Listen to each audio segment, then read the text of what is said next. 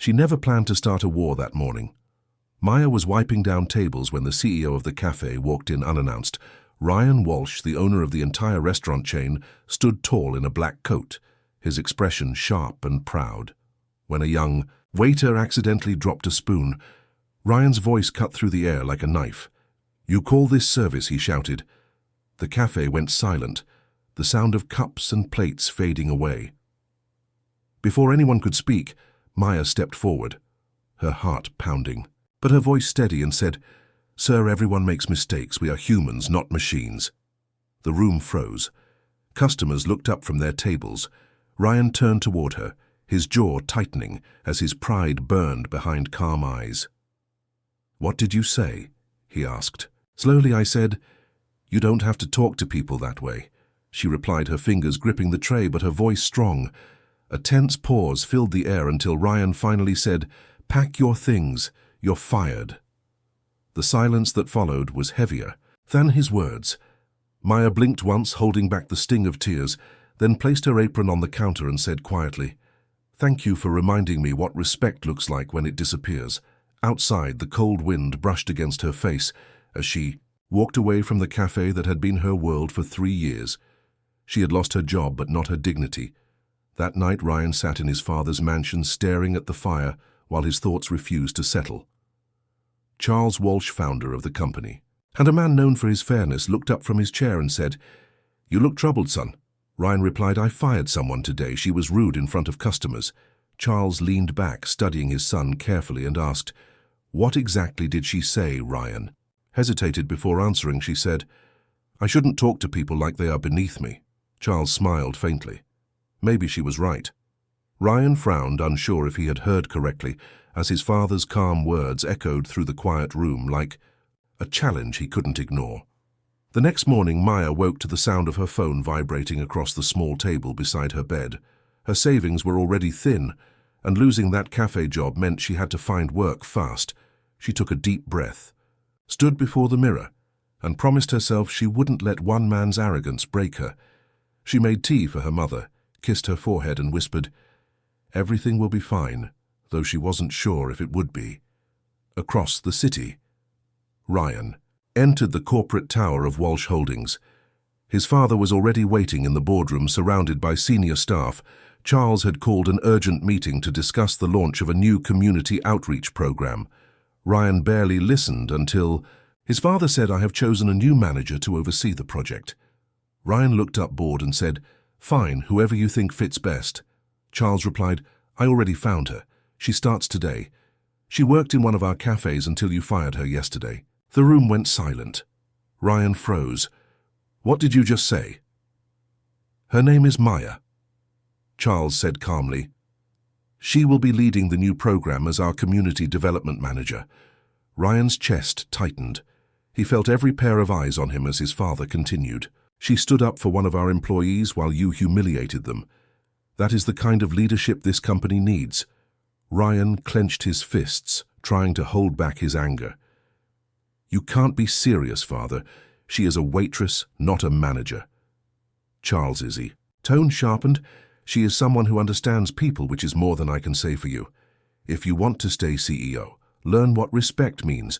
Maya walked through the tall glass doors of Walsh Holdings, her nerves buzzing like electricity. The receptionist smiled politely before leading her to the elevator. When the doors opened on the top floor, she stepped out to see the same man who had fired her standing by the window. He turned slowly. Their eyes met for the first time since that day. His expression, unreadable, hers calm but fierce, as she said politely, "Good morning, Mr. Walsh. I believe I'm your new manager." Ryan's face stayed unreadable as Maya walked closer, holding her appointment file like armor. He had seen hundreds of employees in his life, but none had made his heart twist the way this woman did. Her calm presence unnerved him, and her confidence filled the entire room. "Good morning, Miss Maya," he said finally with a cold edge. "Welcome to Walsh Holdings." She smiled lightly. "Thank you, sir. I'm here to do my job, nothing more." Her words stung sharper than she intended, and for a moment he forgot how to respond. The first few days were filled with silent tension. Ryan gave instructions. She followed them precisely without looking at him longer than needed. The staff noticed the energy between them. Whispers spread quickly about the waitress turned manager. Some admired her courage, some waited for her to fail. But Maya worked harder than anyone, arriving early, staying late, and slowly earning respect from everyone except the man who fired her. One afternoon, Ryan entered the meeting room, where Maya was presenting ideas for the new outreach program. Her tone was steady, her plans clear. She spoke about helping low-income workers find training and stability. Ryan interrupted with a slight smirk. "And what makes you think you can handle such a large-scale project?" She met his gaze without hesitation. "Because I know what it feels like to be treated like I don't belong. I won't let anyone else feel that way again." The room went quiet. Even Ryan had no answer. His father, who had been silently watching from the back, nodded with pride. That evening, as Maya packed her things, she found Ryan waiting by the door to see, expression softer than before. He said, "I didn't expect you to handle today the way you did." She replied, "I stopped expecting things from people who underestimate me." Ryan's lips parted as if to argue, but he only said, "I hope you realize I wasn't trying to destroy your confidence that day." She looked at him for a moment, then said, "Maybe not, but you gave me a reason to build it myself," and walked past him, leaving behind the faint scent of coffee and quiet victory. That night the rain poured over the city, like it was washing away old mistakes. Ryan sat alone in his office, the glow from his laptop reflecting on his face. He had just reviewed the progress reports, and everything about Maya's department was ahead of schedule. The same woman he once dismissed as a waitress had built a program that was saving the company's reputation and earning national attention, yet something inside him was unsettled. It wasn't only admiration, he felt it was guilt mixed with something he could no longer hide. The next morning, Charles called a meeting and praised the success of the outreach division. Ryan watched as Maya entered the room, confident yet humble, her presence commanding quiet respect. When she began speaking about their expansion plan, every word felt grounded in purpose.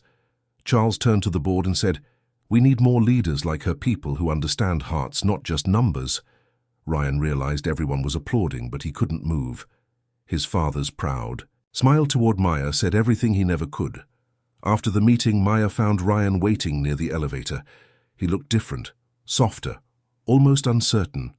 He said, "I owe you an apology, not just for that day, but for every moment I thought status made me better than others." Maya met his eyes for a long second before replying, "I didn't need your apology. I needed you to see what respect really looks like." She turned to leave, but Ryan said quietly, "I see it now. I see it in you." She paused but didn't turn back. Weeks later, the company announced Maya as the new director of community relations. She stood beside Charles as cameras flashed and journalists asked questions. Ryan watched from the crowd, feeling something he hadn't felt in years. Pride. Not for himself, but for someone who had earned everything the hard way. When the ceremony ended, he approached her, extended his hand and said, "Congratulations, Maya. You changed more than this company. You changed me." She smiled with calm grace and replied, "Then I guess firing me was the best decision you ever made. If this story made you smile, share it with someone who needs a reminder that accidents can turn into beautiful beginnings."